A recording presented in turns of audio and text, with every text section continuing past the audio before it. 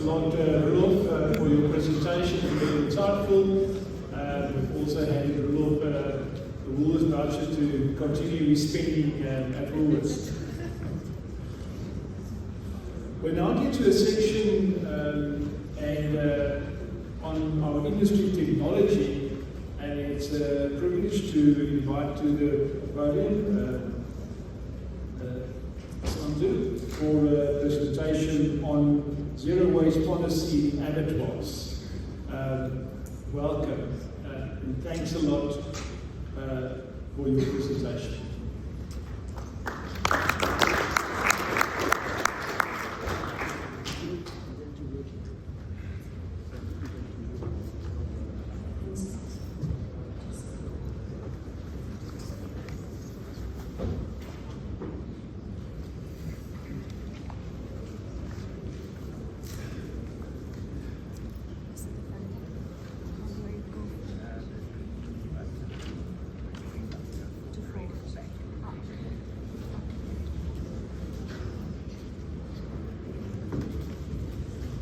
Dear RMAA administration, dear RMAA members and event attendees, dear partners from ATK Products, we are very happy to have you here, ladies and gentlemen. As Cantek, together with ATK Products in South Africa, we would like to offer you different various ways of technical partnership today. Last year, we talked a lot about modular solutions and the GCC export market. But since we think progressively, this year I will not talk about meat. I got clear that with Cantek and ATK, your meat and offtake is guaranteed and would be of your least concern. So therefore I'll be focusing on additional revenue streams today. I'm very happy to be here again this year, and I know Mr. Needling gave me the most dangerous time slot, since right after lunch the glucose spike hits and probably you are in nap mode, and I hope it does not activate unless I am off the stage again. So I hope that I'll do my best to be more exciting than you deserve. So this is our first speech, and the majority, I guess, is familiar with our brand, meanwhile.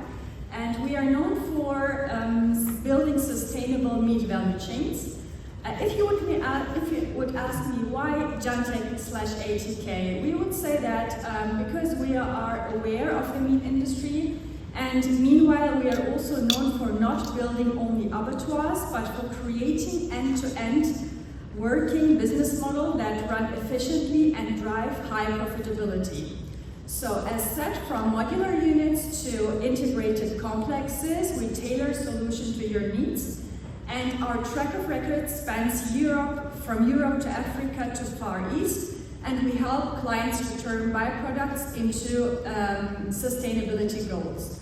With this perspective, I would like to also make you recognize that a lot of the content that you will be shown in a short while also recalls what Mr. Steenhuisen has explained to you this morning, because it has a lot to do with technological partnership and apart from that with sustainability concerns. So this is a little kind of few examples of our work that we have recently commissioned. Each of them is designed to create complete, efficient and sustainable value chains. And those are tailored to different kinds of environments. So for example, on the left-hand side, you'll see our donor plant, which was built in Berlin, in Germany. So it was recently commissioned. Then in the middle, we have our current plant that is being still under construction in Benin, which is multi-species for cattle, sheep and goats and pigs. And on the right, you see a fully integrated value chain, which has been in the capital city of Iraq. Last year when I was here, I told you that this was still under construction, so it has been commissioned last year, December 2024, successfully. So, the zero waste vision. I'm very unhappy to hear here and there, even though, like, if you are engaged into the abattoir business, that it is being related to a lot of solid and liquid waste. And it's a pity to still hear that, okay, I'm not really aware what to do with all that kind of waste that is in mass. And to put it very simple, we say that no component goes to landfill. So this is when we mean that it comes to the animal, and every animal / product that comes out of it has a certain purpose. So the approach is quite simple, to be honest, and quite radical too. And in a well-designed system, every single byproduct has value. Whether it is protein, fat, blood, or even wastewater, each stream can be treated responsibly, not as waste. It is rather a raw material for something else. So, nothing is being discarded or nothing is ignored, and we take advantage of full of it. So the waste is turned into marketable resources. So from waste to value is our big motto, and I am here to give you a little glimpse into that. It goes quite deep. And we want to transform tons of byproducts that is traditionally seen as disposal, and we want to catch up and do not want to lose that value any longer. And you see it as a quite integrated, circular kind of ecosystem. And our most recent projects that we have commissioned worldwide, no matter where they are and how big that business is, they have all gone zero waste and do active marketing worldwide. So let's have a little pause here, because I would like to define the two main core concepts that shape our entire approach. It is upcycling and valorization. So upcycling itself gives the byproducts new life, turning waste into higher value goods without breaking it down. Valorization, however, is on the other hand about making something more useful, more sellable, and both are actually essential strategies for a zero-waste meat industry. And as a result, I've put down that it strengthens the company reputation, no matter where you do business if you are doing exports. This kind of Green Deal and green footprint is getting more and more important in the future, because you are proving that you have ecological operations. And yes, this is the picture I'd like to focus on today, and it will be guiding us through the entire kind of presentation. So what you see here is a complete system, a closed loop ecosystem, as we say, where every step of the meat production process is connected to sustainable byproduct recovery. So on top you see the product level, while on the bottom there is the waste level. And on top we begin with the cattle and sheep entering the larynx, and from there the journey continues through slaughter, carcass cooling, and meat deboning. These are the primary product-focused steps. But what truly makes the system efficient and sustainable is what happens beneath that primary surface, which is the waste streams shown here flowing into dedicated byproduct processing lines. And normally I have conceptualized every slide that is now following up with a little definition on top, and then I'll get into the details. So we start with manure and stomach contents that are being collected and processed separately into agricultural manure. And this is a picture of our plant which has been commissioned in Morocco. So when we talk about manure, this can be considered as agricultural gold, because animal manure is nutrition rich and the resource unfortunately is very often wasted. By separating solids and liquids, we recover key nutrients for natural fertilizers and reduce environmental harm. And this is very important, for example, for boosting soil health, crop yield, and sustainability. And with the trend of more and more getting into that kind of organic approach of fertilizers, that is getting more and more value too. Then we have the final product and a little glimpse into the target market as well. We have two different kinds of fractions, so each fraction has definitely its own target market. So you see fertilizers, biomass, irrigation water, and even bedding material. And when we align waste outputs with local agricultural needs to create local supply loops, that is where sustainability becomes scalability. And now you might be asking, what about about the markets, and definitely they are responding, and this empirical data or this kind of table or chart should show you that the market is responding by showing that upward trajectory. So as awareness grows, so does demand. What we are seeing here is a robust growth curve, and this is just the beginning of everything. So when you have a look at it, you see we have started in year 2021 up to 2033, and the market size is about to grow rapidly, and we have a compound annual growth rate of 5.55%, which is really big for such a perspective. And of course there are drivers and opportunities, and if we have a look at that, we are not just riding a wave, we are helping building the current.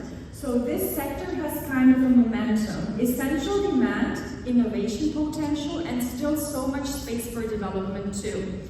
It is a business opportunity and climate solution, and definitely also a part of the societal need. Okay, now let's talk about the second aspect, which is the pet food, one of the fastest growing market with a real serious potential. So prior working with Cantek, I also simultaneously worked for an American company that was one of the leading wholesale brands in the US. And the pet food business itself can be subdivided into two main branches. So the type 1 is the conversion process of the naturally sourced, full-size, non-edible offal, so we say. So what comes to your mind? It is the beef penis, the tendons, the nose, the trachea, the esophagus, and so far and so forth. And this can be sourced from all kinds of livestock, so there is like no restrictions. On the other hand, type 2, we have the transformation of naturally derived abattoir leftovers, anything that comes in the perspective of trimmings, fats, skins, and so far and so forth.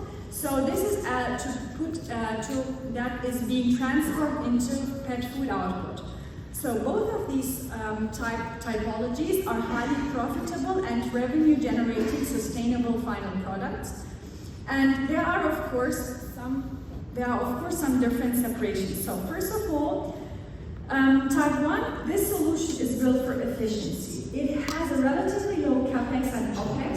You can store the products that are the final products with 24 months shelf life. Then you have a compact size for the cuts and transport storage costs. It is great for mass production, and you are being offered private label options since you have a global reach out. So what is the target market? This goes from the US, the most profitable market that exists currently. The UK is a great market as well, so it moves to Europe. And with the GCC and the pet food trend is growing, that's also a great opportunity in the near future. There are high margins and a retail ease. My personal highest shipment that went through the US Customs and which was approved by the Food and Drug Administration was worth $350,000 US in a 40-feet container. Just as an idea for you. And type 2 is the pet food that you can see here on the right. So there are various forms. This product comes with a higher capex, and you see that it has different kinds of formats as well. So they might be wet, they might be a little solid, they might be extruded or mixed together. And especially with this kind of approach, the machinery and skilled staff that needs to be trained is quite higher in comparison to type 1, but it definitely pays off.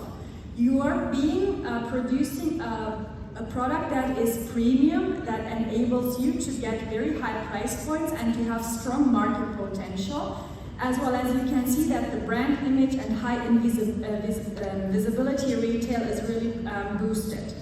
And now you might say, sounds very good, everything you say so far, but what about empirical data and tangible facts on the which I would like to show you on the next slides. So this is sourced, or this screenshot you can see here is sourced from the American Pet Products, so straight away from the American website, the APPA. And here are some numbers in comparison 2023 on top, so which we want to focus on the first category of pet food and treats.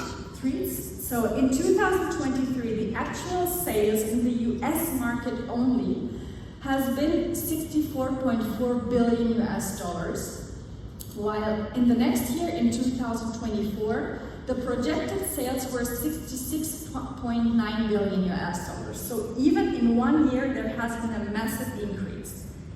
And apart from this, I'd like to give you some examples of how this actually looks on the market.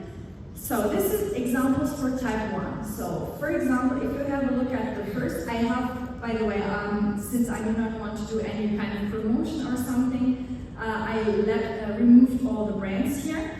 But on the first one, you can see that the 4 count, so here you see. So all natural grade bully sticks for large dogs, 6 inch. 6 inch means 15.24 centimeters of products. 4 of them are being sold for, I have put that into South African rand, around 450 South African rand. So you see, the numbers speak for themselves because the market is quite big. And you see, even in dollars, you can make yourself up an own idea. So here, for example, the people are willing, or the market itself is willing to pay $3 per product, which is actually a 50 centimeter dried stick. So in 2020, by the way, under my personal lead, we started to ship to the US from our Sudanese plant at that time. And you might know that Sudan was under embargo back in these days, and we have finalized to ship to the US via Buenos Aires. So we have overcome all that kind of customs issues at that time through a transit ship in Argentina. So this is the next example, and this is the pet food processing type 2. So here you see again, I gave some examples. So you see that here we have a 20 pack of 1 pound rolls that is being like green lamb trap, as we say. So maybe you have a market for that. But if you put them together and put a kind of recipe together, you can see that it is quite high value. So they pay $200 for it. These are just examples of the original retail market, up-to-date information sourced from Amazon.com so that you can relate yourself. And in 2019, I figured out a deal for a German company that was of 28 containers of 40 feet size, fully filled with these kind of products. And now I'd like to shift on to skin processing without losing that much time. And I would like to say that animal hides are another area where waste becomes wealth, because through proper handling and delivery to tanneries, we ensure that nothing is lost or goes to waste. So it's not just about the revenue, it's also about the resource respect. And a little chart on that as well. What about the market for hides? It's quite global, it's resilient and growing, and when treated right, the stream is both stable and profitable. And here I've just put some remarks, the main key insights that this market is also strong and consistent with the growth trajectory. And we have a very clear future outlook. So anyone who wants to be a part of it, I definitely highly recommend this as well. Then we want to focus on blood processing shortly. Blood processing is actually when you collect and process the blood in order to have a clean, odor-controlled, on clean, odor-controlled processing lines. And blood itself is a rich and nutritious kind of product that doesn't need to go to waste. By processing it hygienically, we extract high-protein materials for fertilizer and feed, and it is clean and efficient and deeply aligned with circular principles. And here again, I'd like to give you a very short glimpse, because this is the retail market and there are by far much better kind of opportunities to get into this. So this also sourced from the Amazon website, and only on the first hand where you can see the down-to-earth organic bone meal fertilizer. So this is 25 pounds, approximately equals 11.34 kilos, is approximately equally sold to 1,122 South African rand. And these are the prices to give you a very rough idea how the products look like on the target market. The rendering plant, yes, one of probably the most important ones, or the most crucial ones for high throughput. So rendering is at the heart of full utilization, since we extract proteins and fats that fuel industries from agriculture to cosmetics. And it is a perfect example, actually, of how the meat sector can be a supplier of essentials far beyond food. So, from bone meal to biodiesel, the byproducts feed into a wide range of sectors, which is here subdivided into protein-based products and fat-based products. And this is not only about reducing waste, and I hope that you have this insight already. So it is about becoming a part of multiple value chains, all from one facility. And wastewater treatment. So we treat water that is contaminated by industrial or agricultural processes to remove the pollutants. So wastewater treatment is not only a sub-discipline that we have to think about, it is a core commitment, since water is, we are in water scarcity, especially with the sub-Sahara. And that therefore it's no longer optional, it is essential. So there are various kinds of mechanical and biological treatment systems, and we recover water for reuse and even for extracting energy. So there are a lot of environmental benefits that are matched by regulatory compliance and public trust. In a nutshell, it is not only about sustainability, it is about making smart business, since we make our money somehow. Meat is sold by itself, but we somehow also need to take advantage of all the additional waste that appears there, and we need to have some revenue streams. So it is a business that brings you commercial benefit and that elevates your business reputation at the same time. And we invite you to join us in shaping a future where nothing goes to waste and everything gains value. And with this, I would like to thank you, for your attention, and I'd say the future is circular. Thank you.